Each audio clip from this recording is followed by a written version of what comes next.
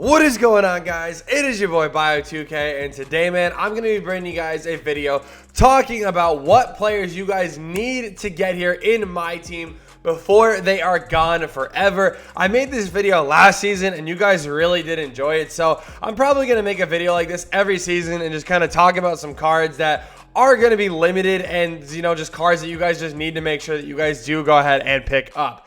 First thing I'm going to say too, make sure you guys log in today. You guys do get this shoe boost pack. I, of course, don't get, anything in it, but I've seen multiple people on Twitter today get actual diamond shoe boosts out of that pack. So make sure you guys just take the time to log in and go ahead and do that. And as always, again, I've seen people forget about this a lot. Make sure you guys are still doing this. Again, it is a free shoe boost you guys can get every single hour. And make sure you guys are trading in bad gold ones, silvers, every silver and every bronze one, and just get yourself this diamond shoe boost literally every single hour.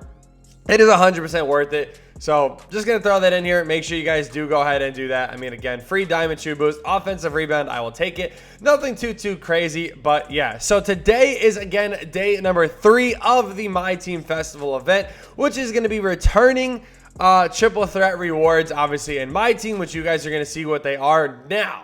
I don't know why I did that. I thought that was gonna be some cool transition thing, but I just woke up. I'm not gonna lie. I woke up really late today, and in my head I was like, yo, they're gonna love this. Now I realize how stupid that looks, so we're just gonna keep it moving. But anyway, in triple threat offline, we do have Rafe LaFrance returning to the vault, as well as Purvis Short. Now I will say this again, Purvis Short is one of the more underrated cards in this game, which is actually kind of crazy. I'm not gonna lie. I'm not gonna if I get him, he's not gonna be on my main team, but for offline, he actually could be a pretty underrated card that you guys could potentially use in future spotlight sims, stuff like that. He actually has Vince Carter's release, and his stats are actually not that bad. Rafe LaFrance is a really good stretch big. I was able to get him, obviously, a few weeks ago or whatever when he was in the vault originally. And he actually played pretty well for me. Again, he is a big that does have some really good stats to him. I'm going to show you guys really quick right here. I just froze my game. I don't even know what I'm doing anymore. Hold on. Go back to offline. Let's go. Okay, back to offline here. I'm going to just show you guys. Rafe LaFrance, going to his badges. I mean, he has Hall of Fame catch and shoot, corner specialist, blinders, and set shooter for a big. That's actually really good. I'm being serious. He's actually somebody you want to pay attention to. And he has limitless spot up, sniper, green machine. He's just going to be a really good center. If you guys do need a good budget stretch big, that is a perfect player that you guys need to be grinding for. Triple Threat Online has the return of Paul Silas. Paul Silas is a card that a lot of people tried to grind for and everything. I mean, Paul Silas is really good. The only thing with him is that, he's really rare to get off this board. Now, I'm going to tell you guys still should grind for Paul Silas, especially if you guys are a budget player, no money spent player kind of deal. He is somebody you want to go for. He's just one of the best, underrated cards in the game. And the reason why I say he's underrated is because a lot of people don't have him just because it is really hard to get him. But he is definitely worth it, and I do recommend really grinding for him, especially if you're just trying to save MT. He could easily replace guys like Paul George, Andrei Karolinko. He could replace, a lot of guys like Josh Smith if you play him at the 4. He could just, really, even replacing guys like Rocco, Batum, guys like that. He is really solid and definitely somebody you guys want to look into getting. But again, it is a little unfortunate because you could play a lot of games. I know people that have played over 200 games for Paul Silas specifically, when it was just him, and they couldn't even get him. So some other players that we're going to be talking about here going into the season agendas here. First things first, I mean, obviously, Nikola Vucevic. The thing is about this unlimited win streak thing and the rest of these, this is a tip for people that don't know this. So when it comes to these win streaks, you don't actually have to win in a row. I don't know if it's just a bug in the game or whatever the situation is, but you don't actually have to win these games in a row. If you quit out, it actually keeps your streak alive. So if you're, finding that you're losing the game or whatever, so say you play an unlimited game and, unless you lose by a game winner, if you know you're going to lose, I mean, you might lose out on some MT, but just quit at the last second and you will be able to keep your streak alive. I actually am on a 2-game win streak here, and that is not the situation at all. I won my first game, then I was playing another game, and I was just not having fun whatsoever, so I ended up quitting out, and it actually kept my streak alive because I won the game afterwards, and it keeps the streak. But These free diamonds that did come out over this last weekend, you guys have to grind for. They do expire at the end of the season, so make sure you guys do take the time and grind for these players. Nikola Vucevic is a phenomenal stretch big, and again, he's going to be better than Rafe LaFrance because he does have a little bit more defensive badges, and on top of that, he can actually rebound the ball.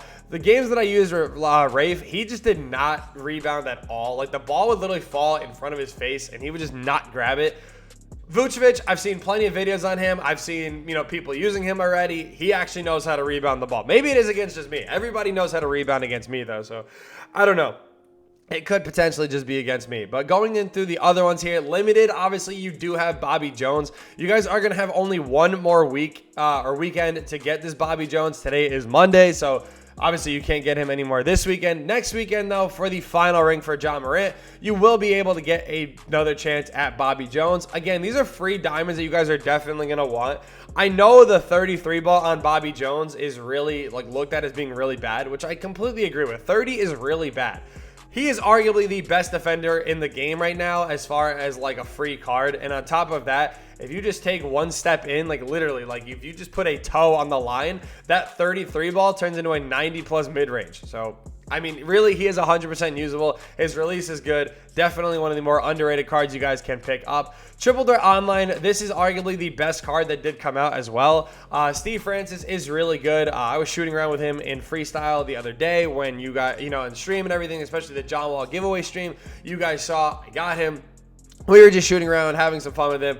He is really good. He is probably the best free point guard you guys can get in this game.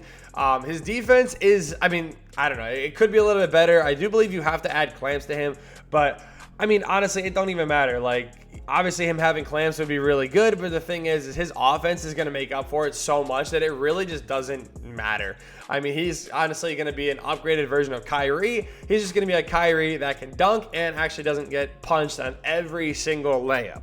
Triple Threat Offline, you do have Mike Conley as well. Mike Conley is really good, and again, a player I highly suggest you guys get. He is a free Amethyst card that can shoot and that actually can play some defense as well. So make sure you guys do get these guys that are only for a limited time. Bobby Jones, Tdpresents, Mike Conley, and then again, you do have Nikola Vucevic, which you guys just have to make sure you're grinding for. Simply put, it is just 110% worth doing. Obviously, there's also the decision of, are you guys going to go for the Hall of Fame badge or are you guys going to go for Ja Morant? I'm going to just kind of throw this into this video as well because, a lot of people have been asking me what they should do. I was going to make a separate video on it, but I don't really think I need to make a full video on it talking about this. I honestly recommend going for Ja Morant. 99% of players are not going to be that, MT rich player that has all the MT in the world, can pick up any player in the world that they want. They're going to need a really good solid point guard, and that is going to be Ja Morant. A lot of people talk about the whole, oh my God, he's going to be outdated. We already have cards better than him, blah, blah, blah, blah, blah. I get what people's point is by saying that he's already outdated and there's already cards better, but not everybody has access to those cards. Ja Morant is going to be one of the best point guards in this game. He has Paul George's release. He has a good dribble style. I promise you he's going to get every contact dunk animation possible. He is 100% worth going for and 100% worth, being your choice that you pick. Now, I'm not going to tell you which one to pick as far as I'm not going to force you into taking whatever one you want. I'm going to say, though, Ja is the top, option in my opinion. If you guys do go with the Hall of Fame badge, there's a million Hall of Fame badges I feel like that you can get that are really not that good. Just going back through the badges here, this would be good. Mouse is whatever. Mismatch would be good. Lucky 7 would be good. Limitless would be good. Ball stripper would be good. But you have just a ton that are not going to be all that great. Obviously there's some that are okay, but post lockdowns doesn't even work because of paint mashing. Off ball pest is cool, but I really feel doesn't matter all that much. There's just, some badges that just really not worth getting. You can get fade ace. You'll end up getting rise up, I guess, is okay because of the whole paint mashing deal, but still, you don't want that. You can get hook specialist. You can get clutch shooter. You can get dream shake. You can get post spin. You can get drop stepper. Then again, though, I'm not going to lie. This year, with the amount of, MT that cards sell for just from Hall of Fame badges, I guess you really could. I guess it doesn't really matter because you'll probably luck out either way. But I recommend taking Ja. Not everybody's going to have a 1-2 punch of John Wall, Steph Curry, Penny Hardaway, these type of guys. So I do recommend taking John Wall. Thank you guys so much for watching. I hope you guys did enjoy. Be sure to kill that like button. Subscribe to the channel if you guys are new. And yeah, peace.